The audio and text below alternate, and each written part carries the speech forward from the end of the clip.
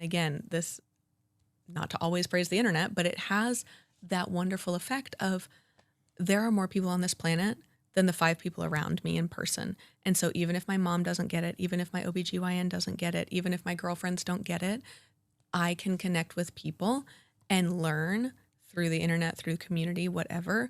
Obviously, I would love to have it be in person, but just knowing that you're not crazy. And I think that has been such a validating experience for you and me as we've gone through our natural health journeys of saying, okay, there are other people out here who have experienced similar things. And I will tell my clients and friends sometimes very sarcastically that you're not special. And you're so special and unique and wonderful spiritually. The problem you're going through is not unique, which means there's a solution. Yeah. You are not the only person to have ever experienced this, You don't even if have it to feels suffer. like it. Yeah, you Yes. don't have to suffer. Yeah.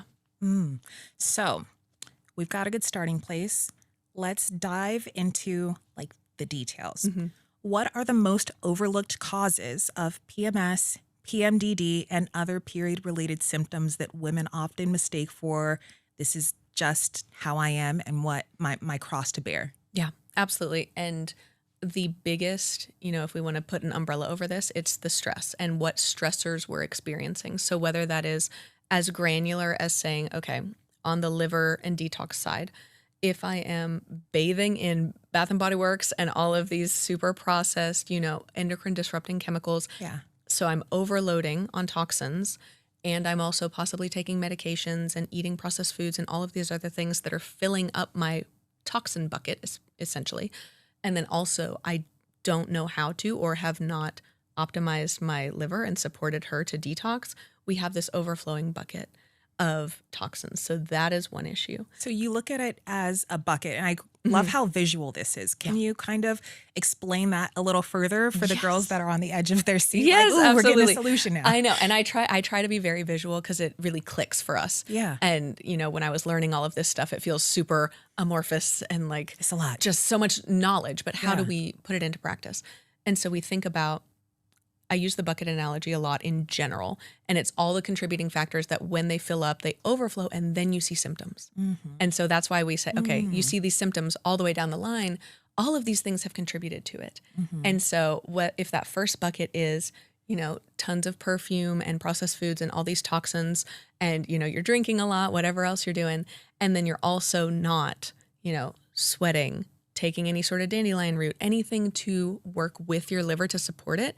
Because yes, you have a liver and she's great. She does 500 plus functions. She's incredible. But when you're overloading, you need to support it more. She's tired. Exactly.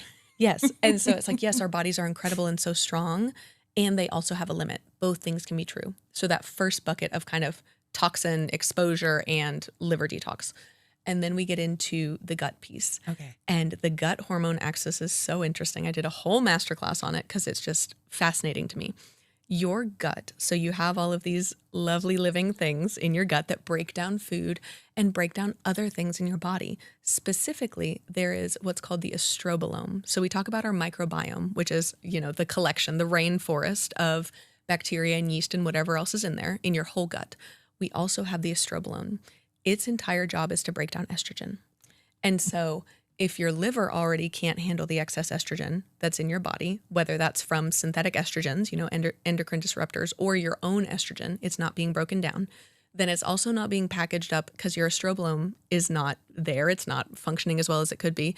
It's not leaving the body because ultimately basically poop out your excess estrogen.